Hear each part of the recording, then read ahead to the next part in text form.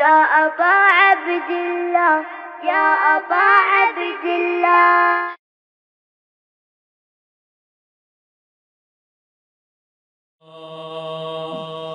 سيد المرسلين وخاتم النبيين أبي القاسم محمد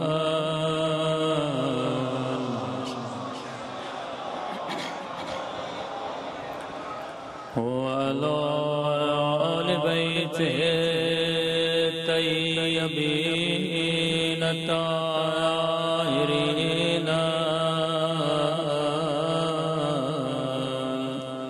معصومين. سب کی دعا سرکار امام زمانہ. اللہم کل ولیک حجت بن الحسن صلواتک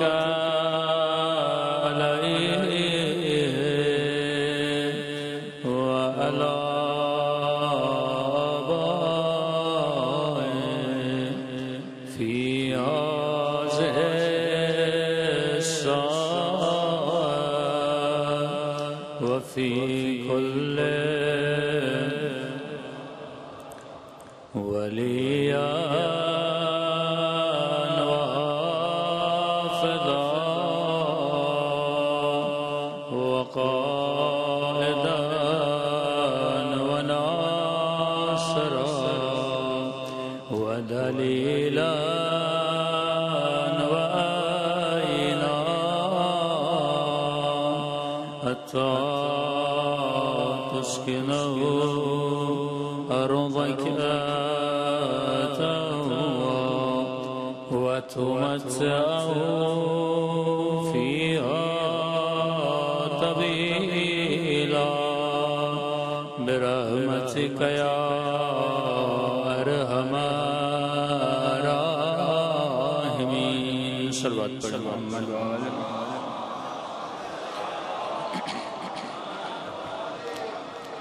بسم اللہ الرحمن الرحیم.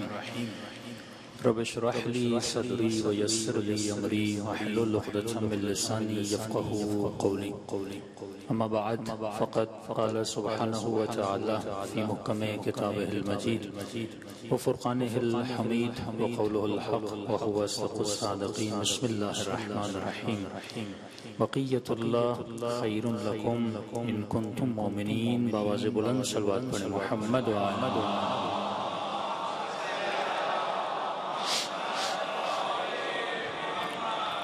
دعا ہے پروردگار عالم ہم سب کی عبادتیں اپنی بارگاہ میں قبول فرما دے اور جس مقصد حیات اور زندگی کی وجہ سے یہ مجالس بپا کی جاتی ہیں ان مقاصد میں ہم سب کو کامیابیاں کامرانیاں نصیب فرما دے. ایک مرتبہ قبولیت کے لیے آواز بلند صلوات پڑھے محمد وآلہ.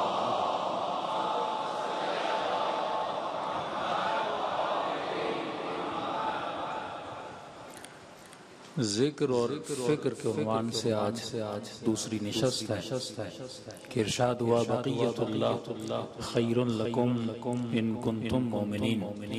اے مسلمان، اے انسان، اللہ نے ایک وجود کو باقی رکھا. یہ وجود تمہاری زندگی میں خیر دے گا، برکت دے گا ان کنتم مومنین، اگر تو مومن بن جائے. کل ہم نے عرض کیا کہ قرآن مجموعہ ہے الفاظ کا. آپ نے مولا علی کو لفظوں سے پہچانا. نہج البلاغہ لفظوں کا مجموعہ ہے. آپ نے خدا کو الفاظ سے پہچانا. قرآن لفظوں کا مجموعہ ہے. اگر آپ نے کربلا کو سمجھا تو الفاظ سے سمجھا، کیونکہ کربلا کو آپ نے لفظوں میں پڑھا، لفظوں میں سنا. کسی مومن نے امام حسین کو نہیں دیکھا. وہ بہت قابل احترام مومن ہے جس نے امام حسین کی زیارت زیارت کی ہو، لیکن خود زیارت کرنے سے پہلے اس مومن نے جو پہلی امام سے آشنائی حاصل کی وہ لفظوں کے ذریعے سے آشنائی حاصل کی۔ ہم نے کہا کہ لفظ بے جان نہیں ہوتا، لفظ میں جان ہوتی ہے، لفظ میں اثر ہوتا ہے۔ اب یہ لفظ پوزیٹو ہو سکتا ہے، یہ لفظ نیگیٹو ہو سکتا ہے۔ ایک لفظ آپ کو جنت تک پہنچا سکتا ہے اور ایک لفظ آپ کو جہنم تک لے جا سکتا ہے۔ جب میں لفظ کربلا لیتا ہوں تو آپ کے ذہن میں تصور کربلا آتا ہے، یہ لفظ ہے جو آپ کو کربلا تک لے گیا۔ جب میں لفظ کعبہ لیتا ہوں آپ کے ذہن میں کعبے کی تصویر آتی ہے۔ جب میں لفظ علی لیتا ہوں، علی کو دیکھا نہیں، آپ کو نہیں پتا مولا کی شکل کیسی تھی، علی کے ہاتھ کیسے تھے، وہ حسین آنکھیں کیسی تھی، وہ حسین ہونٹ کیسے تھے، لیکن یہاں پر جنگ جسم کی نہیں ہے۔ جب لفظ علی آتا ہے تو ذہن میں سخاوت آ جاتی ہے، ذہن میں کریم ہونا آتا ہے۔ جب لفظ حسین آتا ہے تو ایثار کا جذبہ ذہن میں آتا ہے، صبر کسے کہتے ہیں یہ ذہن میں آتا ہے۔ جب مجموعی طور پر لفظ کربلا آپ سنتے ہیں تو آپ کے ذہن میں صبر آتا ہے، آپ کے ذہن میں مصیبت حسین آتی ہے۔ اور اس کے بالکل برعکس ایک لفظ ہے جو شین میم رے ہے، جسے شبر کہتے ہیں۔ الفاظ کا قصور نہیں ہے، شین کا قصور نہیں ہے، میم کا قصور نہیں ہے، رے کا قصور نہیں ہے، ارے یہ تو لفظ ہے۔ نفرت مجھے لفظ سے نہیں ہے، اس لفظ میں جو تصور چھپا ہوا۔ یہاں پر جنگ الفاظ کی ہے، یہی جنگ ہے جس میں مسلمانوں کو جکڑا جا رہا ہے۔ انگریز مغرب کی دنیا ایک ایسے مسلمان کو پسند کرتی ہے جو لفظ پرس بنے نہ کہ تصور پرس بنے۔ وہ چاہتے ہیں یہ بس لفظ حسین کہتا رہے، یہ تصور حسین تک نہ پہنچے۔ وہ چاہتے ہیں یہ لفظ یزید پہ لعنت بھیجتا رہے، تصور یزید پہ لعنت نہ بھیجے۔ اسی لیے امام حسین نے یہ نہیں کہا تھا کہ حسین یزید کی بیعت نہیں کرے گا، بلکہ یہ کہا حسین جیسا، حسین تو ویسے ہی نہیں کریں گے۔ یہ کسی کے تصور میں بھی آ سکتا ہے کہ حسین بیعت کرتے، ارے علی کا بیٹا کیسے بیعت کرتا؟ جب علی نے بیعت نہیں کی، جب رسول نے بیعت نہیں کی، جب ابراہیم نے فراعنہ کی بیعت نہیں کی، جب آدم و شیس و نوح ابراہیم نے بیعت نہیں کی، تو یہ تصور میں ہی نہیں آ سکتا کہ حسین بیعت کیسے کرتے۔ امام نے کہا میں تو بیعت کروں گا ہی نہیں، لیکن امام نے قیامت ایک زاویہ بتا دیا، ایک تصور بتا دیا، فرمایا مثلی لا یبایع مثل یزید، قیامت تک جو تصور حسین میں ڈھل جائے وہ تصور یزید کی بیعت نہیں کر سکتا۔ آج ہمیں لفظوں میں جکڑا جا رہا ہے، یہ جنگ لفظ ہے۔ جب آپ کسی مولوی یا ملا سے ملتے ہیں جنگ کس بات کی ہوتی ہے؟ یہ حدیث ضعیف ہے، یہ حدیث معند ہے، یہ میرے نبی نے نہیں کہا۔ ہم جب مسئلہ بدعت کو اٹھاتے ہیں تو جنگ کس بات پر ہے؟ وہ کہتے ہیں یہ لفظ نبی کی زبان سے نکلے ہیں۔ ہم کہتے ہیں نہیں، یہ لفظ نبی کی زبان سے نہیں نکلے۔ اور جب لفظوں کو مسلمان مان بھی لیتا ہے، کیونکہ شاید لفظ کا انکار نہ کر سکے لیکن معنی کا انکار کر سکتا ہے، اور یہی معنی ہے جو سرحد کفر اور شرک ہے، جو سرحد نفاق اور ایمان ہے، اور یہی معنی کسی کو شیعہ بناتی ہے، یہی معنی کسی کو سنی بناتی ہے، یہی معنی کسی کو دیوبند بناتی ہے۔ ارے قرآن کی آیت تو ایک ہے، لیکن ایک نے تصور شیعت لیا، ایک نے تصور وہابیت لیا۔ یہ اللہ اکبر تو اللہ اکبر ہے، لیکن جب تصور اللہ اکبر کو بدلا جاتا ہے تو یہی اللہ اکبر اگر مغرب کی دنیا میں کوئی مسلمان بلند مار کے اللہ اکبر کہے تو وہاں تصور ٹیررزم آ جاتا ہے، تصور دہشت گردی آ جاتا ہے، کیونکہ جب تصور کو بدلو گے تو لفظ بدل جائیں گے۔ دشمن اس تصور کو بدلنا چاہتا ہے۔ آج لفظ ولایت کو محدود کر دیا گیا، اس تصور کو محدود کر دیا گیا، شیعوں کو لفظوں میں جکڑا گیا، مسلمانوں کو لفظوں میں جکڑا گیا۔ بھائی آج کیوں اہل سنت کا بڑا عالم بھی منبر پہ جاتا ہے تو کہتا ہے کہ ہم بھی من کنت مولا کو مانتے ہیں، ہم بھی مولا کو مانتے ہیں، ہم بھی اس لفظ کو مانتے ہیں۔ ہاں تم لفظ کو مانتے ہو لیکن تصور ولایت کو نہیں مانتے۔ یہی تو جنگ ہے تصور کی. کون کس لفظ سے کون سا تصور دیکھ رہا ہے؟ دیکھیے لفظ محمد ہے، اللہ کہتا ہے محمد کو اس آئینے میں دیکھو جو آئینہ میں تجھے دکھانا چاہتا ہوں. مولوی کہتا ہے محمد کو اس آئینے میں دیکھو جس آئینے میں میں تجھے دکھانا چاہتا ہوں. اب انسان کو کس آئینے میں محمد کو دیکھنا ہے؟ کس آئینے میں علی کو دیکھنا ہے؟ کس آئینے میں کربلا کو دیکھنا ہے؟ آپ کو اسی آئینے میں دیکھنا ہے جس آئینے میں خود حسین خود کو دکھانا چاہتے ہیں. کل میں نے کہا لفظ تو لفظ ہیں، قرآن کے الفاظ تو الفاظ ہیں. کسی نے اس تصور کو جنگ صفین میں انہی الفاظ کو نو کے نیزہ پہ دیکھا، اور حسین نے انہی الفاظ قرآن کو جب اپنا سر نو کے نیزہ پر گیا تو تصور قرآن کو وہیں پر میرے آقا نے بیان کیا. کل میں نے کہا کہ لفظ اہدنا الصراط المستقیم سورہ حمد کے الفاظ ہیں. یہ شمر بھی پڑھ رہا تھا، یہ لشکر یزیدی بھی پڑھ رہے تھے، اور یہی الفاظ لشکر حسین میں حر بھی کہہ رہا تھا، جناب زہیر بھی کہہ رہے ہیں، تمام طرح اصحاب حسین کہہ رہے ہیں. لیکن فرق کیا تھا؟ وہ صرف لفظ دہرا رہے تھے لیکن اس لفظ کی معنی سے آشنائی نہیں تھی کہ اپنے لفظوں کو بدلوں. وہ ذکر کر رہے تھے پر اس ذکر میں فکر نہیں کر رہے تھے. آج اس فکر سے انسان کو محروم رکھا جا رہا ہے. آپ کو فکر ملتی کہاں سے؟ فکر کے روٹس ہوتے ہیں. مجلس کا مطلب کیا ہے؟ دیکھیے اس کائنات میں دو جنگیں ہیں، دو شجرے ہیں. ایک شجرہ ملعونہ جو قابل لعنت، قابل مذمت، قابل وراعت ہے. ایک وہ شجرہ جسے شجرہ مبارکہ کہا گیا. ایک شجرے کا ذکر سورہ بنی اسرائیل میں ہوتا ہے، ایک شجرے کا ذکر سورہ نور میں ہوتا ہے. کہ کل میں نے کہا کہ کأنہ کوکب دری، ایک ایسا شجرہ، ایک ایسی شیشی جو کوکب دری ہے، جو نور کی طرح چمک رہا ہے، جس میں مصباح فیہ مصباح، جس میں دو نور ہیں. علماء فرماتے ہیں دو نور سے مراد ایک حسن ہے ایک حسین ہے. نور علی نور، ایک نور کے پیچھے دوسرا نور آئے گا. حسن کے بعد حسین آئیں گے، حسین کے بعد زین العابدین آئیں گے، زین العابدین کے بعد امام محمد باقر آئیں گے. یہ شیعت کی خوش نصیبی ہے کہ آپ 12 امام تک پہنچے، لیکن ایسے بد نصیب بھی تھے جو 8ویں پہ رک گئے، جو 6 پہ رک گئے، جو 4 پہ رک گئے. اس سے کوئی بڑی بد نصیبی ہو سکتی ہے 11ویں تک بندہ آئے لیکن 12ویں کو نہ پہچان سکے. یہ خوش نصیبی ہے شیعیان اہل بیت کی. اور یہ کس کی برکت ہے؟ یہ شجرہ مبارکہ کی برکت ہے. مبارکہ کسے کہتے ہیں؟ مبارک کا مطلب یہ ہے وہ شجرہ جس سے جو جڑ جائے اس سے ہدایت مل جائے. آج ظاہراً حسین آپ کے درمیان نہیں ہے لیکن لفظ حسین نے فرش عزا کو بچھا دیا اور فرش عزا نے ہدایت کو پھیلا دیا. پہلے کتنے شیعہ تھے لیکن آج کائنات پہ کتنے شیعہ نظر آتے ہیں. اگر یہ فرش عزا نہ ہوتا، اگر یہ شجرہ مبارکہ نہ ہوتا تو آج کائنات میں ہدایت نہ ہوتی. تو عزیزان محترم اگر ہدایت ملے گی تو صرف لفظوں کو مت دیکھیے، لفظ کی معنی کو سمجھیے. دیکھیے یہی سورہ حمد ہے. ایک وہ مسلمان جو صرف سورہ کو پڑھتا ہے، ایک نہیں جو سمجھ کے پڑھتا ہے. میں نے کل عرض کیا تھا ایک وہ مومن ہے جو صرف زیارت عاشورہ کو پڑھتا ہے. میں نے کل بھی آپ کی خدمت میں بیان کیا، یہ زیارت عاشورہ میں پڑھ رہا ہے انی سلم لمن سالمکم وحرب لمن حاربکم. مولا میں اس کا دوست ہوں جس کے آپ دوست ہیں، میری اس سے جنگ ہے جس سے آپ کی جنگ ہے. تو میں اس کا دوست جو آپ کا دوست. آپ کا دوست کون ہے؟ جو آپ سے محبت کرے، جو آپ کے فضائل کو مانے. آج شیعت میں کیا المیہ آیا؟ شیعہ کو برا بلا کہے، شیعہ کو گالم گلوچ کرے. اور اس گالم گلوچ پہ بھی آؤں گا. یہی سورہ اپنا زیارت عاشورہ میں مسلم ذکر کرتے ہیں.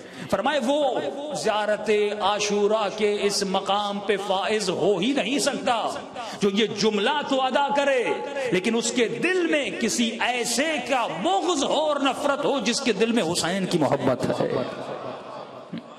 یعنی زیارت عاشورہ پڑھ رہا ہے لیکن زیارت عاشورہ پہ عمل نہیں کر رہا. بالکل ایسے جیسے شمر اہدنا الصراط المستقیم تو کہہ رہا تھا لیکن اہدنا الصراط المستقیم پہ عمل نہیں کر رہا تھا. جب کربلا میں موجود شخصیتوں پہ اور اشخاص پہ آپ ریسرچ کریں گے آپ کا سر تعجب سے پھر جائے گا کہ کیسے ممکن ہے وہ شمر جو جنگ صفین میں امام حسین کے ساتھ ہے، جو 17 مرتبہ پیدل حج پر گیا ہے، جس شمر کی ایک بھی نماز قضا نہیں ہے، اور شمر ایسا شقی بن جاتا ہے کہ 12 لوگ حسین کا سر قلم کرنے گئے لیکن کسی میں جرت نہیں ہوتی. یہ شمر آگے بڑھتا ہے اور میرے آقا حسین کا سر قلم کرتا ہے. اب زیارت عاشورہ میں سمجھ آتا ہے امام حسین جب فرماتے ہیں کچھ لوگوں کا نام نہیں لیا کہ اول ثم الثانی ثم الثالث والرابع والیزید خامس، یہ نام امام شمر کا کیوں لیتے ہیں؟ یہاں نام پر لعنت نہیں ہے. امام سمجھانا چاہتے ہیں براءت کر اس کردار سے، جب وہ کردار کسی کے وجود میں آ جاتا ہے وہ انسان قاتل حسین بن جاتا ہے. جنگ صفین میں ساتھ ہے مولا علی کے، 17 مرتبہ پیدل حج پر گیا ہے. کہتے ہیں کہ ایک دن میں 10,000 کے قریب لوگ نہر فرات میں غسل شہادت کرتے تھے. کیسا غسل شہادت کہ ہم حسین کو قتل کرنے جا رہے ہیں. غسل شہادت کرتے تھے. ایسی کون سی صفات ہے جو انسان کے وجود میں آتی ہیں اور انسان اتنا شقی بن جاتا ہے؟ اے انسان، یہاں پر مراد لفظ نہیں ہے، یہاں پر مراد معنی ہے، یہاں پر مراد وہ تصور ہے، وہ کردار ہے کہ کبھی شیطان انسان کو اتنا شقی بنا دیتا ہے جب وہ اپنی فکر سے کام نہیں لیتا تو اسے قاتل حسین ابن علی بنا دیتا ہے. صلوات پڑھے محمد و آل محمد.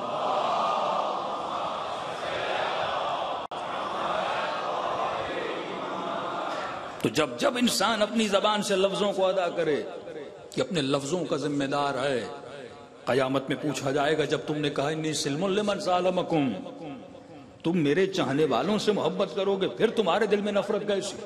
چھوٹی چھوٹی بات پر ایک مومن کا دوسرے مومن کی گاڑی سے ایکسیڈنٹ ہو جاتا ہے، یہ منہ سے کتنی گالیاں نکالتا ہے. تو مقام سلم پہ نہیں ہے، تو مقام محبت پہ نہیں ہے، تو کیسے کسی علی والے کو برا بھلا کہہ سکتا ہے؟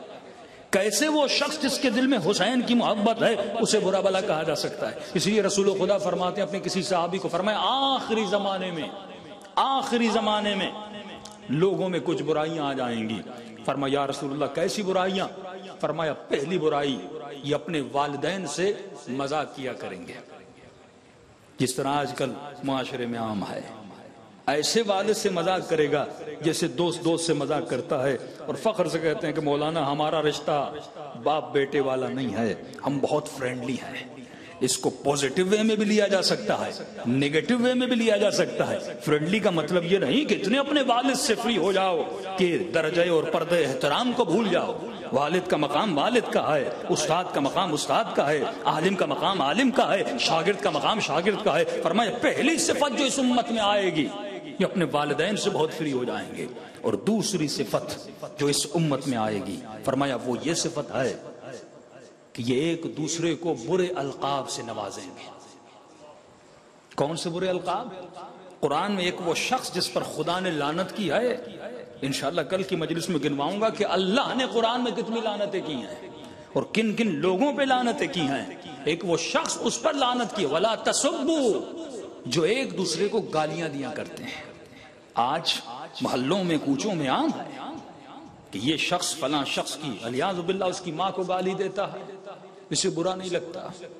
وہ اس کے ناموس کو گالی دیتا ہے، اسے برا نہیں لگتا. جب پوچھا جائے ایسا کیوں کر رہے ہو تو جواب یہ ملتا ہے مولانا ہم فری ہیں، ہمارے بیچ میں فری ہے، ہم بہت آپس میں ایزی اور ایزی وے میں بات کرتے ہیں.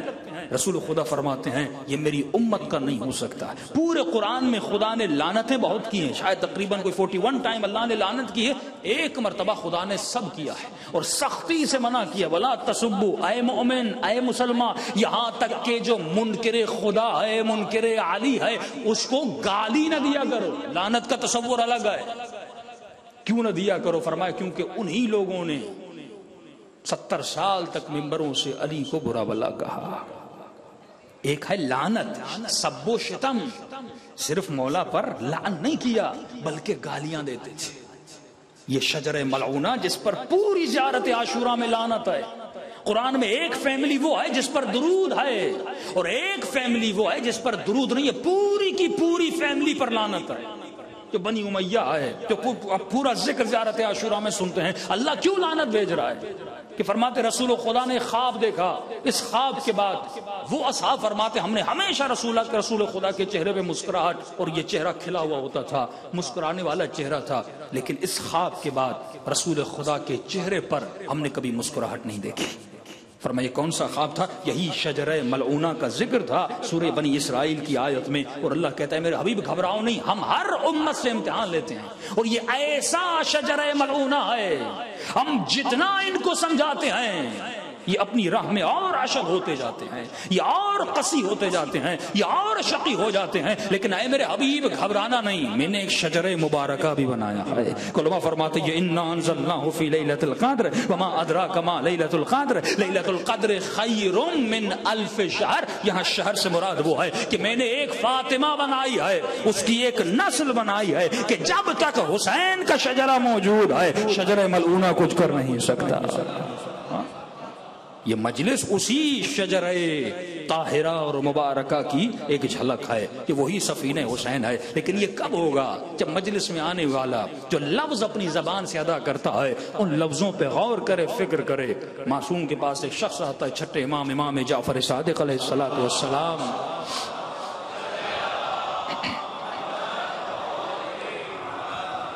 چھٹے امام کا صحابی ہے۔ معصوم اتنے کریم تھے، اتنے گناہوں کو بخشنے والے تھے، اگر کسی نے 20 سال شراب بھی پی تھی لیکن اگر معصوم کی دربار میں آ کر توبہ کرتا تھا معصوم رد نہیں کرتے تھے، اسے قبول کرتے تھے، اس کی توبہ کو قبول کرتے تھے۔ زانی آیا، سب سے بدترین شخص آیا، لیکن معصوم اسے قبول کرتے تھے، اس کی توبہ کو قبول کرتے تھے۔ یہ راہ راست پر آیا، لیکن دیکھیے کچھ گناہ ایسے ہوتے ہیں جس کے لیے معصوم اتنا شدید رد عمل دے رہے ہیں، اور یہ رد عمل اس لیے ہے تاکہ انسان سمجھے اگر یہ عادت میرے وجود میں ہے، لفظ تو ادا کر رہا ہوں لیکن ان لفظوں پہ سوچ نہیں رہا، غور و فکر نہیں کر رہا۔ معصوم کا صحابی ہے، ساتھ چل رہے ہیں، چھٹے امام کے غلام ہے۔ اس غلام نے کام میں تھوڑی کوتاہی کی، تھوڑی دیر سے آیا، بلایا، سنا نہیں۔ اس نے اس غلام کو اس کی ماں کی گالی دی کہ تمہاری ماں فلاں فلاں، اور اس نے گالی دی، گالی دے کر غلام کو بلایا۔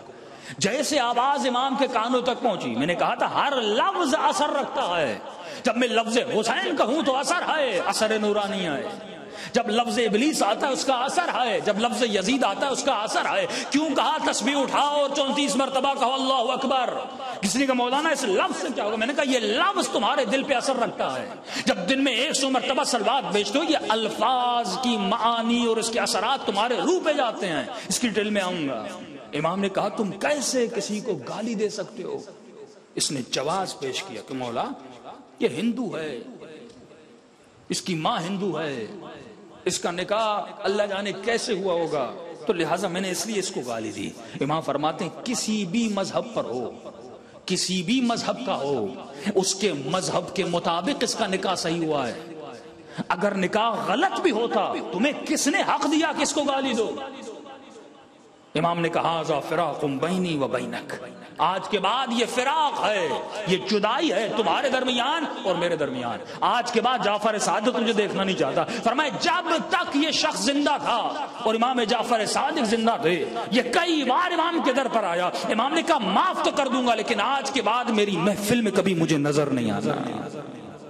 اتنا بڑا گناہ کسی انسان کو گالی دینا، لیکن ہم کتنی آسانی سے گزر جاتے ہیں۔ تبھی قرآن کہتا ہے انسان افلا یعقلون افلا یتدبرون افلا یتفکرون افلا یفقہون۔ تو اپنے شعور سے کام نہیں لیتا، اپنی فکر سے کام نہیں لیتا۔ تو کائنات میں آیا تاکہ حسین تجھے اتنا بلند کریں، تجھے مقام معراج پر لے گئے، لیکن تو اپنی عادتوں کی وجہ سے مقام ظلم میں چلا جاتا ہے۔ صلوات پڑھے محمد و آل محمد۔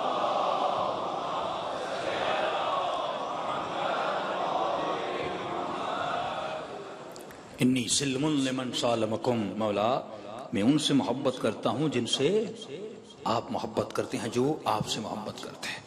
مولا علی کے سر پہ ضرب لگی، مولا کو گھر لے آیا گیا۔ حکیم نے جواب دے دیا کہ چند گھڑیوں کے یا چند لمحوں کے یا چند دنوں کے لیے مہمان ہیں۔ امام بستر پر لیٹے ہوئے ہیں، حسن کو بلایا کہ میرے لال حسن یہ دروازے پر شور کیسا ہے؟ کہ بابا اصحاب کا مجموعہ ہے، سب کو پتا چل گیا کہ آپ کا زخم بڑا گہرا ہے اور اللہ جانے کتنی دیر کے آپ مہمان ہیں، سب آپ سے ملنا چاہتے ہیں، لیکن میں نے روک لیا، بابا کی طبیعت ناساز ہے، رک جائیں تاکہ آپ آرام کر لیں بابا۔ امام نے کہا حسن میرے عاشق ہیں، علی کا دیدار کرنا چاہتے ہیں، ویسے ہی میں تھوڑی دیر میں رخصت ہو جاؤں گا، آنے دو تاکہ میری زیارت کر لیں۔ بابا جیسا آپ کا حکم۔ امام حسن نے دروازہ کھولا، ہجوم اصحاب علی، محبان علی، عاشقان علی مولا کے گھر میں آئے۔ گھر چھوٹا تھا، حجرے حجرے تھے گھر میں، کمرے کمرے، سارے اصحاب پھیل گئے، کچھ مولا کے اطراف میں، کچھ حجروں میں۔ اب مولا لیٹے ہوئے ہیں۔ عرب میں رسم تھی جب کسی کی تعریف کی جاتی تھی تو قصیدے پڑھے جاتے تھے، تو لوگ کچھ رو رہے تھے، کوہرام تھا، کچھ مولا کی شان میں قصیدے پڑھ رہے تھے۔ امام نے اپنی آنکھیں کھولی، فرمایا حسن یہ کون ہے جو رو بھی رہا ہے اور علی کا قصیدہ بھی پڑھ رہا ہے؟ یہ کس کی آواز ہے جو میرے کانوں سے ٹکرا رہی ہے؟ تو حسن نے کہا بابا یہ آپ کا عاشق حجر ابن عدی ہے۔ امام نے کہا ذرا میرے قریب لا۔ حجر قریب آیا۔ دیکھیے بعض اوقات ہم کچھ لفظ ادا کرتے ہیں لیکن ان لفظوں پر امام وقت کی مہر نہیں ہوتی، جب مہر لگ جائے تو انسان مومن بن جاتا ہے۔ امام نے حجر کو بلایا، کہا حجر اس علی کے قریب آئے۔ کہا حجر بڑے قصیدے پڑھ رہا ہے علی کے۔ کہا مولا عاشق ہوں آپ کا، زندگی آپ کی مدح میں گزری اور ویسے آج فراق ہے، آپ جانے والے ہیں، تو جتنے فضائل آپ کو آپ کے سنا سکتا ہوں تو اتنے سناؤں گا۔ امام نے کہا حجر آج علی زندہ ہے تیری نظروں کے سامنے، حجر تو بھوکا نہیں، تیرے بدن پہ زخم نہیں، تکلیف نہیں، بچوں کو سکون سے گھر میں بٹھا کے آیا ہے اور علی سے ملنے آیا ہے۔ حجر آج علی کے فضائل پڑھنا بڑا آسان ہے۔ علی کے سامنے بھرے ہوئے پیٹ سے بہترین لباس پہنا ہوا ہے، بچے بھی صحیح سلامت ہیں، کسی تکلیف میں نہیں۔ حجر آج اس وقت علی کے فضائل پڑھنا مشکل نہیں۔ حجر یہ بتا جب مشکل وقت آئے، جب بھوک، جب افلاس، جب دشمن سامنے ہو، جب تلواروں کے سائے میں ہو، کیا اس وقت بھی ایسے ہی میری فضیلت پڑھو گے جیسے آج پڑھ رہے ہو؟ امام بارگاہ کو سجا کر، جشن کی محفل بٹھا کر علی کے قصیدے پڑھنا بڑا آسان ہے، لیکن میدان جنگ میں علی کا نعرہ بلند کرنا، کسی یزیدی کے سامنے علی کا نعرہ بلند کرنا، یہ بڑا مشکل ہے۔ گھر میں بیٹھ کر ولائی بننا بڑا آسان ہے، لیکن کسی وقت کے معاویہ کے سامنے علی کا نام لینا بڑا مشکل ہوتا ہے۔ تو حجر نے کہا مولا یہ کیسی باتیں کر رہے ہیں؟ واللہ مجھے خدا کی قسم ہے، لو قطعت عربا عربا، مجھے خدا کی قسم ہے اگر حجر کے بدن کو تلوار سے ٹکڑے ٹکڑے کر دیا جائے، لو قطعت ٹکڑے ٹکڑے کر دیا جائے، مولا پھر بھی آپ کی فضیلت کو چھوڑوں گا نہیں، پھر بھی آپ کے فضائل کو چھوڑوں گا نہیں۔ دیکھیے ایک مرتبہ میں کہتا ہوں امام زمانہ دعا پڑھتا ہوں، دعا پڑھتے پڑھتے مصائب حسین سنتے سنتے کہتا ہوں مولا میرے ماں باپ آپ پہ فدا۔ ماں کا دل دکھ سے بھر آتا ہے اور کلیجہ مصائب میں پھٹنے لگتا ہے، کہتی ہے بی بی زینب میرا بچہ آپ پہ فدا۔ ایک مرتبہ میں کہوں لیکن میرے کہے ہوئے جملے کو امام مہر تائید لگا دیں کہ ہاں تو سچ کہہ رہا ہے، جب وقت آئے گا تو بچہ قربان کرے گا، جب وقت آئے گا تو ماں باپ قربان کرے گا، جب وقت آئے گا تو جان و مال قربان۔ یہ اور ہے، کہنا بڑا آسان ہے، لفظوں کو منہ سے نکالنا کون سی بڑی بات ہے؟ کہہ دو اللہ اکبر، کہہ دو محمد رسول اللہ، کہہ دو علی، کون سی بڑی بات ہے؟ کہہ دو لبیک یا حسین، کون سی بڑی بات ہے؟ لیکن میدان میں حسین کے کام آنا یہ بہت بڑی بات ہے۔ حجر نے کہا مولا واللہ لو قطعت، خدا کی قسم ہے اگر جسم ٹکڑے ٹکڑے ہو جائے پھر بھی آپ کی ولایت سے پیچھے نہیں ہٹوں گا، پھر بھی آپ کی فضیلت سے پیچھے نہیں ہٹوں گا۔ امام نے مہر تائید لگائی کہ قد وفقت، واقعا تو سچ کہہ رہا ہے، اے حجر تو ایسا ہی کرے گا۔ علی دنیا سے رخصت ہو گئے، جنگ ہوئی مولا حسن اور معاویہ کے درمیان، صلح حسن بھی ہو گیا۔ ایک وقت آیا جب حجر کو کوفے سے اٹھا کر شام کے دروازے پہ لے آیا گیا کہ حجر یہ کھودی ہوئی قبر ہے، یہ سامنے آگ ہے، یہ تلوار ہے، دو جملے علی کو برا بلا کہو، دو لفظ اپنے آقا کو برے بلے کہو۔ اب تصور کیجئے حجر کہہ سکتا تھا علی تو چلے گئے، حسن نے صلح کر لی، اتنا وقت گزر گیا، تقیہ ہی کر لیتا ہوں، اپنے مولا کو دو جملے برے کہہ دوں گا تو بچ جاؤ گے حجر. لیکن حجر نے کہا نہیں، سرے بسترے مرگ میں نے علی سے ایک وعدہ کیا تھا، وعدہ یاد ہے. امام فرماتے عائشیو عالم زر میں تم سب نے ہم سے وعدہ کیا تھا، وہاں لفظ ادا کیے تھے، یہاں ان لفظوں کی معنی کو حقیقت میں بدلنے آئے ہو. اس کائنات میں اس وعدے کو نبھانے آئے ہو. کائنات کی ہر شخص نے، ہر وجود نے، ذرے ذرے کائنات نے خدا سے وعدہ کیا ہے، یہاں پر تو وعدہ نبھانے آیا ہے. حجر نے کہا نہیں، میں نے مولا سے وعدہ کیا تھا، لو قطع تو بدن کٹ جائے تو کٹ جائے، حجر مرتا ہے تو مر جائے. بعض علماء فرماتے ہیں حجر کے بیٹے بھی موجود تھے. حجر نے کہا اگر سر کاٹنا ہے کاٹو، اگر جسم کو آگ میں ڈالنا ہے ڈالو، اگر قبر کھودنی ہے زندہ مجھے درگور کرنا ہے کر دو، لیکن اپنے مولا کو ایک جملہ برا بلا نہیں کہوں گا. فرماتے ان ظالموں نے حجر کو شہید کیا، لیکن بعض تاریخ دان کہتے ہیں صرف حجر کو نہیں، حجر کے بیٹوں کو بھی قتل کیا. اور عجیب مقام ہے اس باپ کا کہ حجر نے کہا پہلے مجھے نہیں، پہلے میرے بیٹوں کو مارو. کوئی باپ ایسا کرے گا؟ اپنی آنکھوں کے سامنے میرے بیٹوں کو قتل کرو. تعجب پہ پوچھنے لگے حجر یہ فطرت کے خلاف ہے، تو کیسا باپ ہے جو بیٹوں کی موت کو اپنی نظروں کے سامنے دیکھنا چاہتا ہے؟ کہ کوئی باپ پسند نہیں کرتا، لیکن ایک وجہ سے اپنے بیٹوں کو سامنے مرتا ہوا دیکھنا چاہتا ہوں. کہ کیوں؟ کہ کیونکہ بیٹوں کو جنت میں جاتا ہوا دیکھنا چاہتا ہوں. کہ حجر مر تو بعد میں بھی جائیں گے، جنت میں کیسے؟ کہ کہیں باپ کی موت کو دیکھ کر ان کے ایمان میں لرزہ نہ پیدا ہو جائے. پہلے ان کو شہید کر پھر مجھے شہید کر. یہ تھے اصحاب علی. مالک اشتر ایک نام نہیں ہے عزیزو، ایک تصور کامل ہے، اور ایک نام نہیں ہے، ایک تصور کامل ہے. میں نے کل بھی عرض کیا کربلا میں نہ رنگ ہے، نہ نسل ہے، نہ ذات ہے، نہ مذہب ہے. وہاں پر مسیحی آپ کو حسین کے لشکر میں ملے گا، وہاں پر جو رنگ کا کالا ہے جون حبشی وہ آپ کو ملے گا، امام نے اس کو ملایا. وہاں پر ایک گنہگار ہے جس نے بہت بڑی خطا کی ہے، جس کا نام حر ہے، وہ بھی حسین کے لشکر میں ملے گا. تو یہ لشکر ایسا ہے جو سب کو جمع کرنا چاہتا ہے. تو ہم مجلس حسین میں صرف ذکر کرنے نہیں آئے، جب ذکر کرو تو ذکر کے ساتھ فکر کرو. صلوات پڑھے محمد و آل محمد.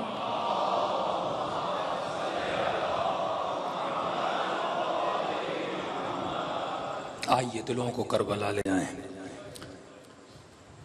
کربلا کے راستے کئی لوگوں کے لیے بند ہیں. کچھ مومنین جانا چاہتے ہیں اور دعا کے لیے اپیل کی. دعا کریں جو جانا چاہتا ہے اللہ اس کے راستے اور اس مشکلات کو آسانیوں میں بدل لے. اور ہم سب کے لیے دعا ہے کہ 40 کا راستہ کھل جائے، وہ سب مومنین زیارت حسین کر کے آئیں. دیکھیے ایک زیارت وہ ہے جس میں انسان کا جسم سفر کرتا ہے، یہ زیارت بھی بڑی شریف ہے. لیکن ایک زیارت وہ ہے جس میں انسان کا روح سفر کرتا ہے، روحانی سفر بہت بڑا ہے. میں نے کئی سال پہلے یہ عرض کیا تھا، ایک بوڑھا تھا جب کربلا کا راستہ کھلا ہوا تھا، سب جاتے تھے کربلا. تو یہ بزرگ تھا، فقیر بھی تھا، علیل بھی تھا، یعنی پیسے بھی نہیں تھے کہ کربلا جا سکے. علیل تھا یعنی جسم میں طاقت بھی نہیں تھی کہ کربلا خود کو پہنچا سکے، بیمار تھا بہت. تو جب سارے مسافر کربلا زائر حسین کربلا کی طرف روانہ ہو رہے تھے، اس کی آنکھیں آنسوؤں سے بھر آئیں اور بھرے ہوئے دل سے اپنے آقا حسین سے اس نے شکوہ کیا کہ مولا کیا کربلا صرف پیسے والوں کے لیے ہے؟ کیا کربلا صرف ان کے لیے ہے جو جسم سالم اور صحت مند ہے وہ کربلا جائے؟ مولا میں نہیں آ سکتا، جسم علیل ہے، بیمار ہوں، پیسے بھی نہیں، کوئی ساتھ دینے والا بھی نہیں، کیسے آؤں؟ کہتے یہ بوڑھا شکوہ کر کے سو گیا. خواب میں حسین ابن علی کو دیکھا. امام نے فرمایا ہم نے کب تمہیں زیارت حسین کے ثواب سے محروم کیا ہے؟ تو کربلا آنا کیوں چاہتا ہے؟ دکھاوے کے لیے تو نہیں آنا چاہتا، اس لیے آنا چاہتا ہے تاکہ تمہارے نامہ اعمال میں لکھا جائے کہ اس نے زندگی میں ایک حسین کی زیارت کی تھی، زندگی میں ایک حج کیا، ایک عمرہ کیا، ایک مولا رضا کی زیارت کے لیے گیا، اور مولا کا وعدہ ہے جو میری زیارت کر لے میں قبر میں 3 مرتبہ اس کی زیارت کو آتا ہوں. امام نے کہا میری زیارت ہی لکھوانا چاہتے. کہا بولا. امام فرماتے ہیں اگر علیل ہو، اگر نادار ہو، یعنی اتنی مجبوری ہے کہ آ نہیں سکتا، اگر ہے تو آؤ، اگر تنگ دست ہو یہیں یہاں سے پیسہ کر کے پھر بھی آ سکتے ہو تو آ جاؤ، لیکن اتنی مجبوری ہے جیسے ابھی مجبوری ہے کرونا کی، کربلا آ نہیں سکتے۔ تو امام فرماتے میں نے اپنی زیارت سے تمہیں محروم نہیں کیا۔ کہ مولا وہ کیسے؟ کہ گھر بیٹھے حسین کی زیارت کا ثواب لے سکتے ہو۔ یہ وہ وے اور راستہ ہے جو کون بتا رہے ہیں؟ آقا حسین بتا رہے ہیں کہ گھر بیٹھے۔ کہا کہ وہ کیسے؟ امام فرماتے بڑا سمپل ہے۔ کہ مولا وہ کیسے؟ کہ جب میری زیارت کرنا چاہو اور دل کرے کہ حسین کی زیارت کروں تو خلوص دل سے مجھ حسین کو ایک سلام دیا کروں۔ عزیزو سلام میں بھی بڑے مسائل ہیں، کیونکہ پورے راستے کوئی بیویوں کو سلام نہیں کرتا تھا، کوئی سیدہ زینب کو سلام نہیں کرتا تھا، بی بی نے پانی نہیں مانگا، بی بی نے کھانا نہیں مانگا، پورے راستے یہ کہتی تھی میرے حسین کو باغی نہیں کہو، اس کا احترام کرو، یہ نبی کا نواسہ ہے۔ اتنی بے احترامی اہل بیت علیہ السلام کی ہوئی آپ تصور نہیں کر سکتے۔ اہل بیت بے احترامیوں پہ روئے ہیں، زخم زباں پہ روئے ہیں، اسی سب و شتم پہ روئے ہیں جو دشمنوں نے اہل بیت کے ساتھ کیا۔ امام فرماتے ہیں جب تو سلام کرتا ہے ہمارے دل کو ٹھنڈک ملتی ہے کہ ایک ہے جو حسین کو سلام کر رہا ہے، میرے بچوں کو سلام کر رہا ہے، میرے اصحاب کو سلام کر رہا ہے۔ امام فرماتے ہیں مجھے حسین کو سلام کر۔ اس بوڑھے نے کہا مولا سلام کروں گا ثواب زیارت مل جائے گا؟ امام فرماتے نہیں، ایک شرط ہے، اگر وہ شرط تیرے وجود میں ہو تو سمجھنا تجھے ثواب زیارت مل گیا اور مر جائے گا لکھا ہوگا نام اعمال میں۔ یہ جو دعا ہے نا زیارت عاشورہ کا، معکم فی الدنیا بہت بڑی دعا ہے کہ اے خدا مجھے معیت عطا کر اہل بیت کی، دنیا میں بھی آخرت میں بھی۔ اصل سفر تو آخرت کا سفر ہے، اصل زیارت تو مقام برزخ میں ہے، اصل لذت تو مقام برزخ میں جب انسان کی روح اس جسم کی قید سے نکلے گی وہاں جا کر حسین سے ملے گا اور مقامات کو طے کرے گا۔ یہ یہاں کی بھی دعا وہاں کی بھی دعا۔ امام فرماتے سلام کر، سلام کرنے کے بعد ایک شرط ہے اگر وہ تیرے وجود میں ہو۔ مولا وہ کون سی شرط ہے؟ فرما اگر سلام کرنے کے بعد نہ چاہتے ہوئے، ایک مرتبہ مومن چاہتا ہے کہ روں، ایک مرتبہ حسین کا نام سنتا ہے اور دل رو پڑتا ہے، اس کے بس میں نہیں ہوتا، خود بخود رونا شروع ہو جاتا ہے۔ امام فرماتے ہیں اگر نہ چاہتے ہوئے مجھے سلام کیا اور اگر نہ چاہتے، بہت سارے مومنین نے بتایا کہ مولانا جب اللہ جانے کربلا میں کیا ہے، جب ہم حسین کی زری کو دیکھتے ہیں رونا نہیں چاہتے لیکن رونا آ جاتا ہے، زب ٹوٹ جاتا ہے۔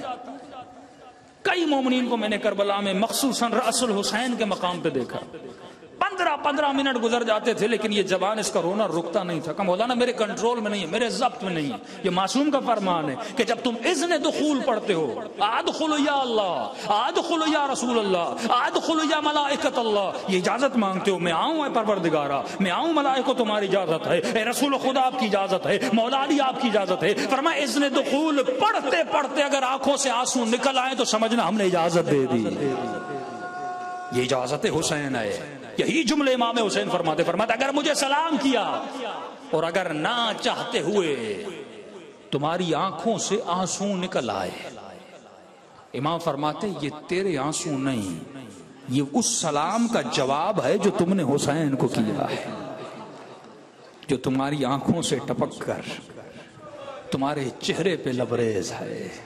عزیزو یہ رحمت کے آنسو ہیں، تبھی معصوم فرماتے ہیں قیامت کے دن ہر آنکھ روئے گی، ہر بندہ روئے گا، لیکن قیامت کے دن دو آنکھیں نہیں روئیں گی۔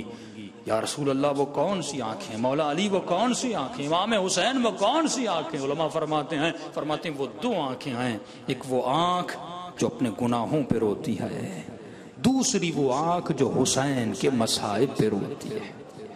شکر خدا کریں کہ خدا نے آپ کو دونوں آنکھیں دیں۔ شب جمعہ جب دعائے کمیل پڑھتے ہو، علی کی سکھائی ہوئی دعا، تو توبہ کے آنسو بہاتے ہو، اور محرم اور سفر و ایام فاطمیہ میں جب حسین کی مصیبت کو سنتے ہو تو مصیبت کے آنسو آنکھوں سے نکلتے ہیں۔ دلوں کو کربلا لے جائیں، روحوں کو پروان چڑھائیں اور خلوص دل سے سب مل کے اپنے آقا حسین کو سلام کریں، تاکہ ان 8 9 10 دنوں میں روزانہ ایک سلام دیں اور روزانہ ایک زیارت کا ثواب لے کر اس فرش عزا سے اپنے گھروں کی طرف روانہ ہو جائیں۔ بچوں کو یہ سلام یاد کر لیں۔ فرماتے جب مشکل میں پڑو حسین کو سلام کیا کرو، یہ واقعات روایات انشاءاللہ اگلی مجالس میں بیان کروں گا، تو سب مل کے السلام علی الحسین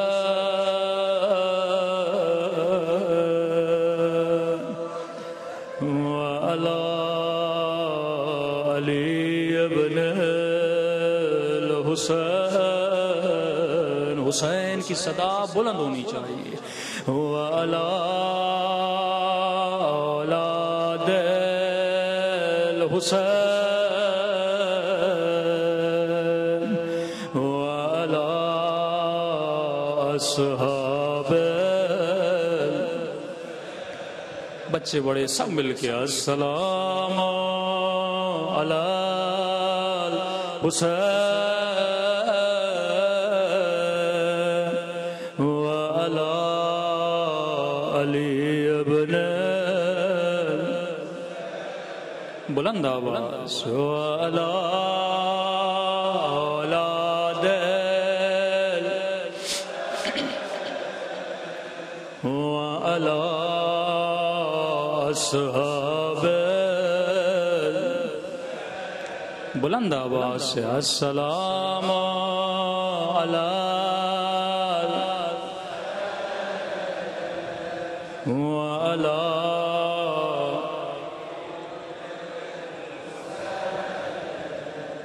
وعلی اولاد وعلی اصحاب، عزیز و حسین حسین ایسے کریے جیسے کربلا میں زینب نے حسین حسین کہا تھا،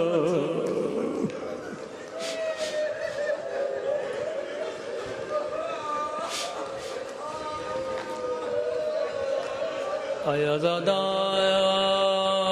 اور جب تو حسین حسین کہہ رہا ہے، کسی نے تجھے تماچا تو نہیں مارا،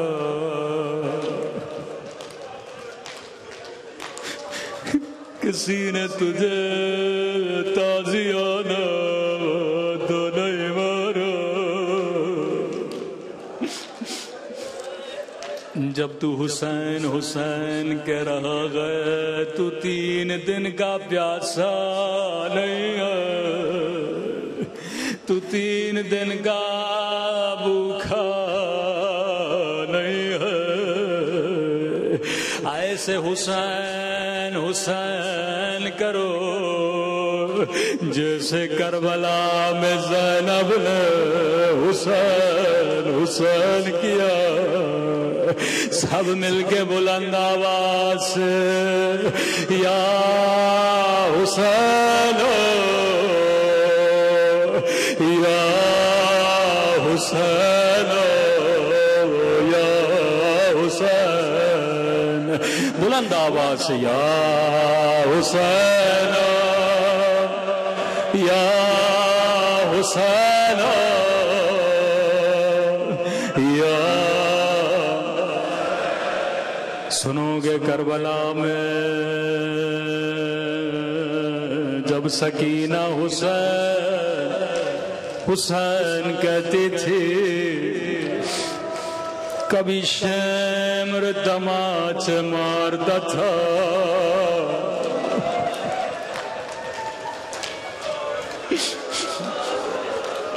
اپنی زبانوں کا ورد بناؤ یا حسین،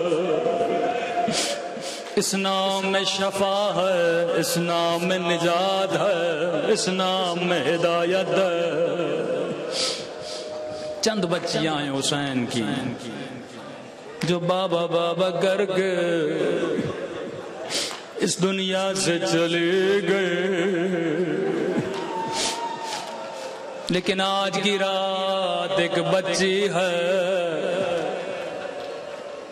جو مدینے میں حسین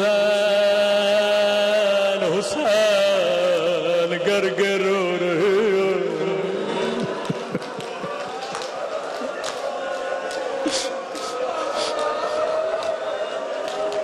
آج خدا کو اس بچی کا واسطہ دو، خدا ہر دعا کو قبول کر دے گا. بڑی عظیم بچی ہے، بڑا احترام ہے اس بچی کا. سنو گے یہ بچی کون ہے؟ نام ہے سغرا.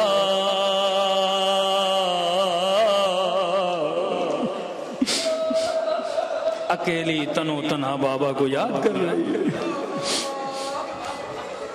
جب حسین مدینے میں فرمایا ابا سب بیویوں کے نام لکھو. نام لکھتے گئے. جب سغرا کا نام آیا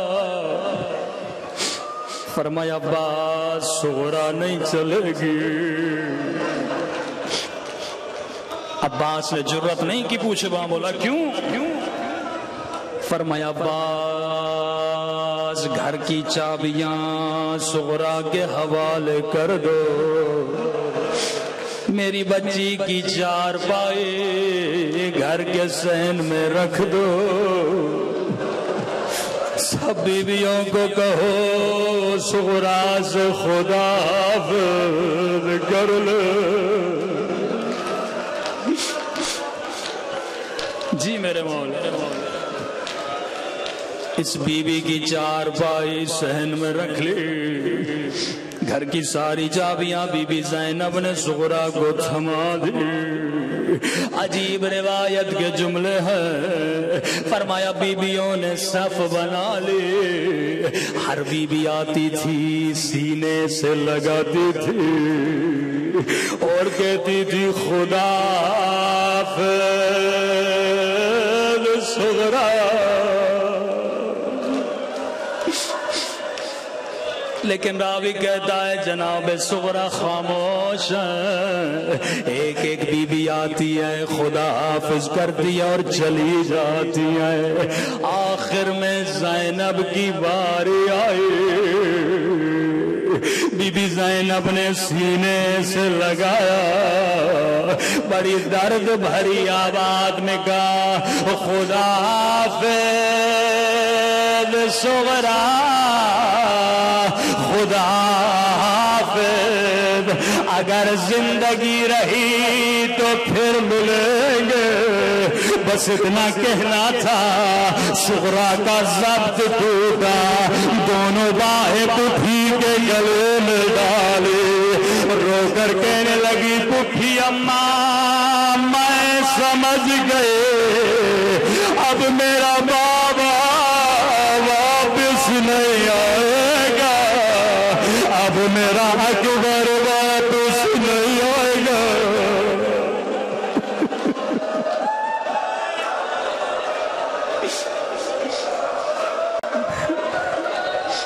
بڈھی اماں میں یتیم ہونے جا رہی.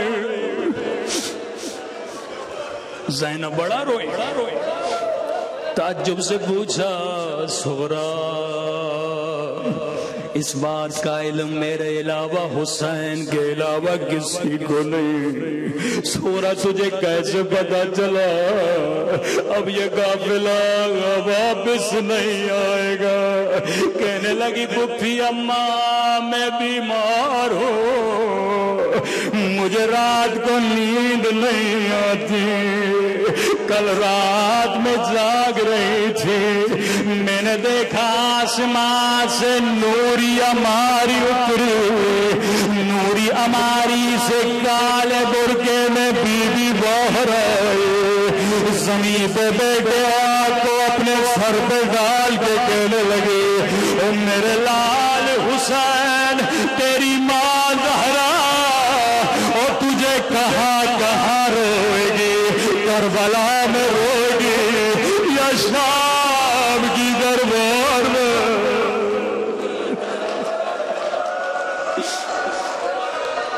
او پھپھی اماں میں سمجھ گئی میرا بابا واپس نہیں آئے گا. زینب کو بڑا رونا ہے. چھوٹی سی بچی ہے. فوراً حسین کے پاس، حسین میرے بھائی، میں جانتی ہوں تو امام ہے، لیکن زینب کی خواہش ہے صغرا کو ساتھ لے چل۔ کہ بہن زینب میری بچی بیمار ہے، کہ حسین میں صغرا کا خیال کروں گی، اپنے ہاتھوں سے کھانا کھلاؤں گی، لیکن اگر کوئی اور مجبوری ہے مجھے بتاؤ۔ امام حسین نے کہا بہن زینب صغرا میری بھی بیٹی ہے، لیکن حسین کی مجبوری سمجھو۔ کون سی مجبوری؟ وہ بہن زینب جتنے بچے ہمارے ساتھ چل رہے ہیں، کسی کی شکل بابا علی سے ملتی ہے، کسی کی شکل بھیا حسن سے ملتی ہے۔ وہ بہن زینب میری سورا کی شکل میری اماں زہرا سے ملتی ہے۔ میں غیرت مند ماں ہوں، میں جانتا ہوں میرے جانے کے بعد وہ تیری چادریں اتاری جائیں گی، وہ تیرے چہروں پہ تماچے مار جائیں گے۔ میں حسین کیسے برداشت کروں؟ میری اماں کی شمی کو تماچے لگے۔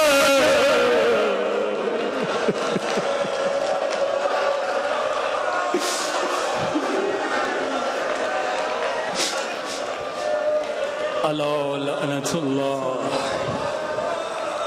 علی القوم الظالمین۔ پروردگار تجھے حسین کی غیرت کا واسطہ، ہماری غیرتوں کی حفاظت فرما، ہماری ماں بہنوں کے پردوں کی حفاظت فرما۔ پروردگار ہم سب کو زبان ذاکر عطا فرما، بدن صابر عطا فرما، دل شاکر عطا فرما، عقل سالم عطا فرما۔ جو مانگا نہیں مانگا اپنے خزانے قدرت سے ہم سب کو عطا فرما۔ ہم سب کو امام زمانہ کی آبان اور انصار میں شریک فرما۔ ربنا تقبل منا انک انت السمیع العلیم۔